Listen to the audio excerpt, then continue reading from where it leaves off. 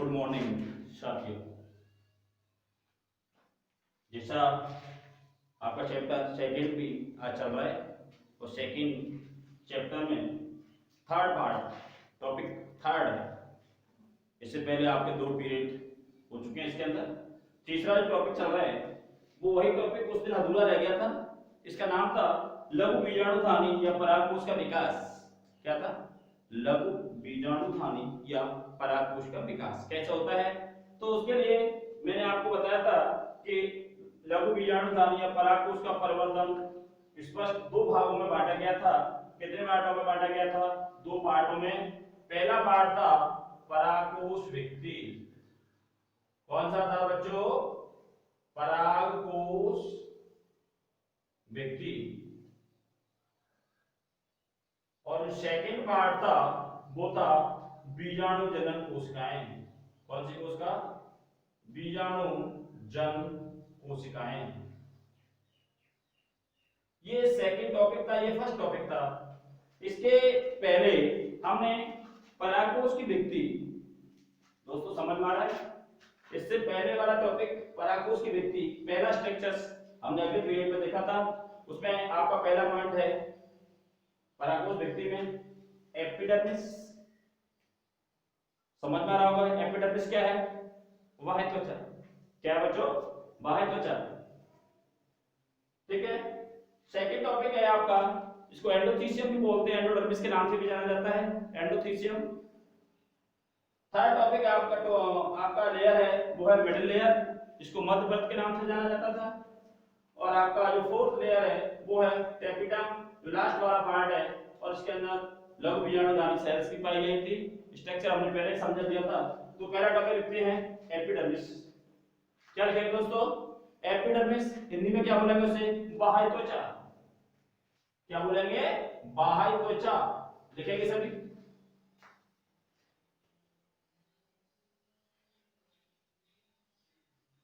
देखो, यह परागकोश भित्ति का,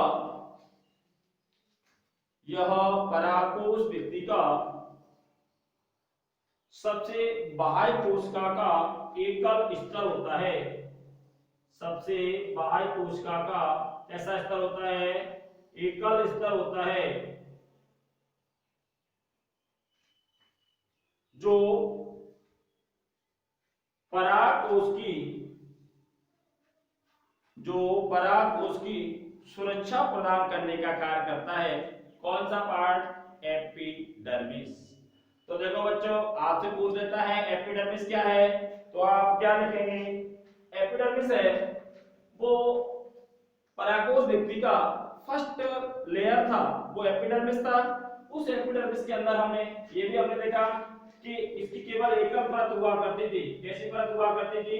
एकल परत। ये ऊपर वाली आपको मैं अंडरलाइन कर रहा हूं डबल लाइनिंग में, ये थी वो एकल परत है, जो चित्र में मैंने पहले भी आपको बताया था, उसे बोलते हैं एपिडर्मिस।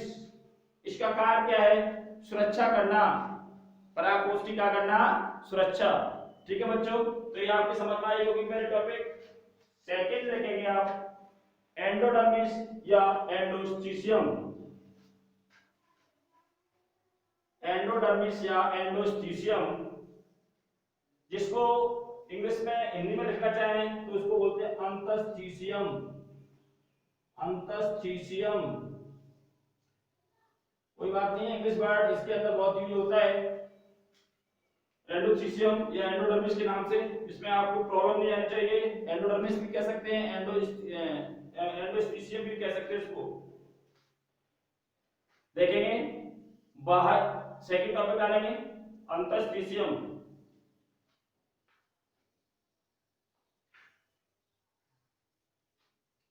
देखेंगे यह परत, कौन सी परत? एंडोस्टीशियम। एपिडर्मिस के जो ऊपर वाली परत थी ना, बिल्कुल उसके नीचे, एपिडर्मिस के जस्ट नीचे एकल परत के रूप में पाई जाती है। दिखाई दे रहा होगा, सेकंड नंबर की परत है भाई, पाई जाती है। इसके अंदर रेशेदार पट्टियां भी पाई जाती हैं दोस्तों। किसके अंदर? एंडोस्टीशियम के अंदर कौन सी पट्टी पाई जाती है दोस्तों? रेशेदार पट्टियां। तथा यह यू आकार की होती हैं। ये रेशेदार पट्टियां होती हैं, उनका आकार कैसा होता है बच्चों? यू आकार। पूछ लेता है क्वेश्चन, यहीं पर आपको निकाल देता है। एंडोडर्मिस के अंदर जो रेशेदार पट्टियां हैं उनका किस प्रकार का आकार होगा? यू आकार। केवल सेकंड परत है, पहली परत के जस्ट नीचे वाली जो आपको इंटीग्रल दिखाई दे रही है, ये वाली परत। ऐसी स्थिति में यह कोशिकाएं आर्द्रताग्राही प्रकृति की होती हैं। आर्द्रताग्राही का मतलब होता है नमी, और नमी का मतलब जानते होंगे आप। थोड़ा इसको पानी जब पड़ता है इसके ऊपर या नमी आती है तो इसको पानी को सोख लेती है। कौन सी परत? एंडोथीशियम।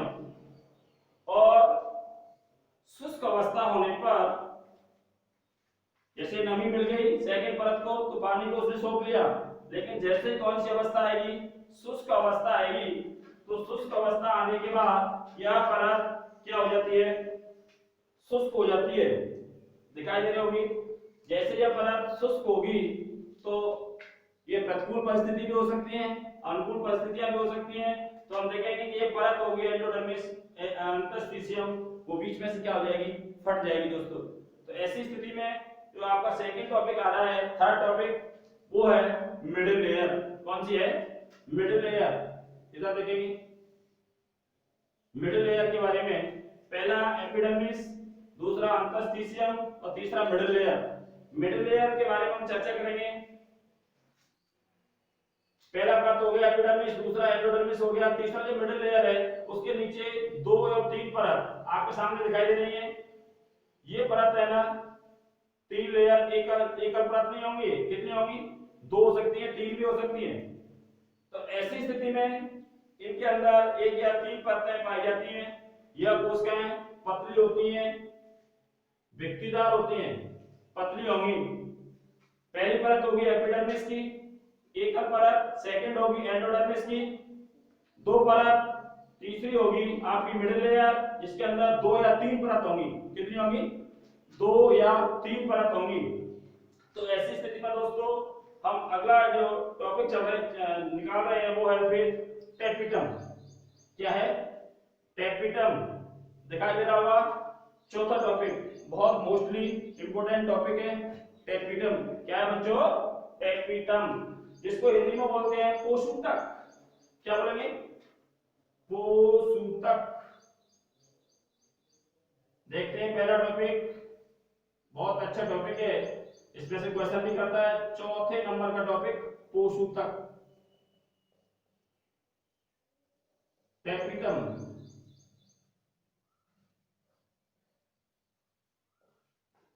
टेपिटम देखेंगे।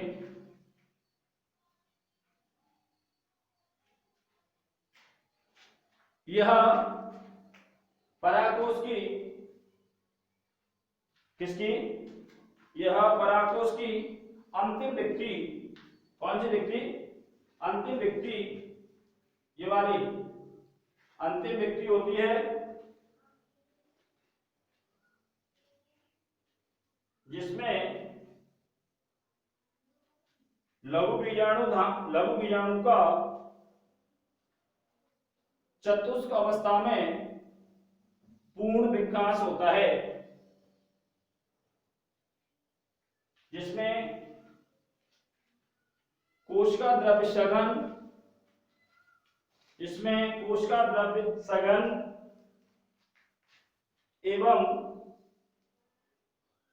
स्पष्ट दिखाई देता है। सघन एवं स्पष्ट दिखाई देता है।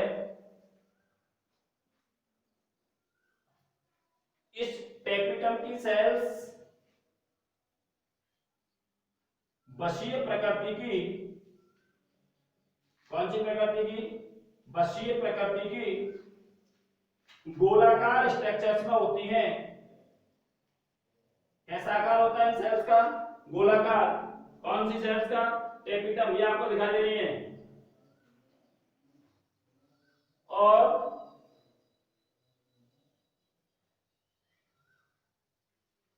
यह पराग कणों के बाह्य छोर का निर्माण करती है, जिसमें स्पोरोपोलोनिन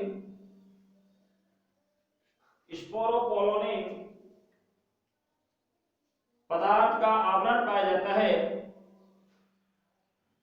जिससे परागकोश मजबूत होता है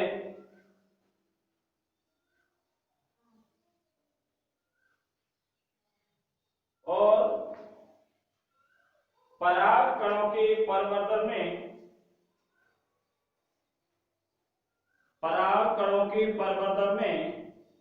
टेपिटम सेल्स पोषण प्रदान करने का कार्य करती है।